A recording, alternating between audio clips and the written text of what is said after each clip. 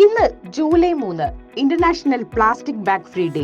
ഈ ഒരു ദിവസം കൊണ്ട് ലക്ഷ്യം വെക്കുന്നത് ഉപയോഗിച്ച് വലിച്ചെറിയുന്ന പ്ലാസ്റ്റിക് ബാഗുകളുടെ ഉപയോഗം കുറയ്ക്കുക എന്നതാണ്. പ്രകൃതിക്ക് ഭീഷണിയാവുന്ന പ്ലാസ്റ്റിക് ക്യാരി ബാഗുകളെ കുറിച്ച് മാത്രം കേട്ടിട്ടുള്ള മലയാളികൾക്ക് വ്യത്യസ്തമായ ഒരു ആശയം പങ്കുവെച്ചുകൊണ്ടാണ് വയനാട് നിന്നും യുവ സംരംഭകൻ നീരജ് തന്റെ ബിസിനസ് ആരംഭിക്കുന്നത്. പ്രകൃതിക്ക് ഭീഷണിയാവാത്ത മണ്ണിൽ അലിഞ്ഞു ചേരുന്ന കാഴ്ചയിൽ പ്ലാസ്റ്റിക് പോലെ തോന്നുന്നവയാണ് നീരജിന്റെ ഉൽപ്പന്നമായ ക്യാരി ബാഗുകൾ.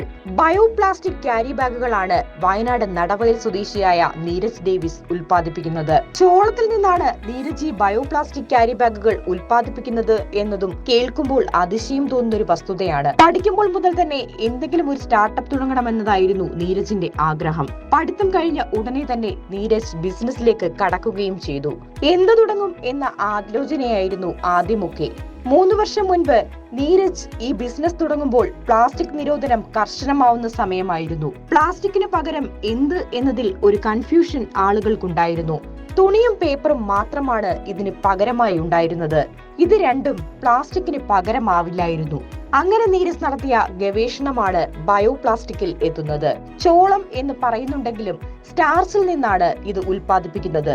അത് കരിമ്പിന്റെയോ കപ്പയുടെയോ എന്തിന്റെ വേണമെങ്കിലും സ്റ്റാർച്ച് ആകാം. ഇപ്പോൾ വിപണിയിൽ ഏറ്റവും വിലക്കുറവിൽ ലഭ്യമാകുന്നത് ചോളത്തിൽ നിന്നുള്ള സ്റ്റാർച്ച് ആണ്. കോസ്റ്റ് കുറയ്ക്കാനുള്ള ലക്ഷ്യം വെച്ചിട്ടാണ് ഇങ്ങനെ ചെയ്യുന്നത് എന്ന് നീരജ് പറയുന്നു. നീരജ് കമ്പനി തുടങ്ങിയിട്ട് ഏകദേശം 3 വർഷം പിന്നിടുകയാണ്. മാർക്കറ്റിലേക്ക് കൂടുതലായി എത്തി വന്നത് ഈ വർഷമാണ്.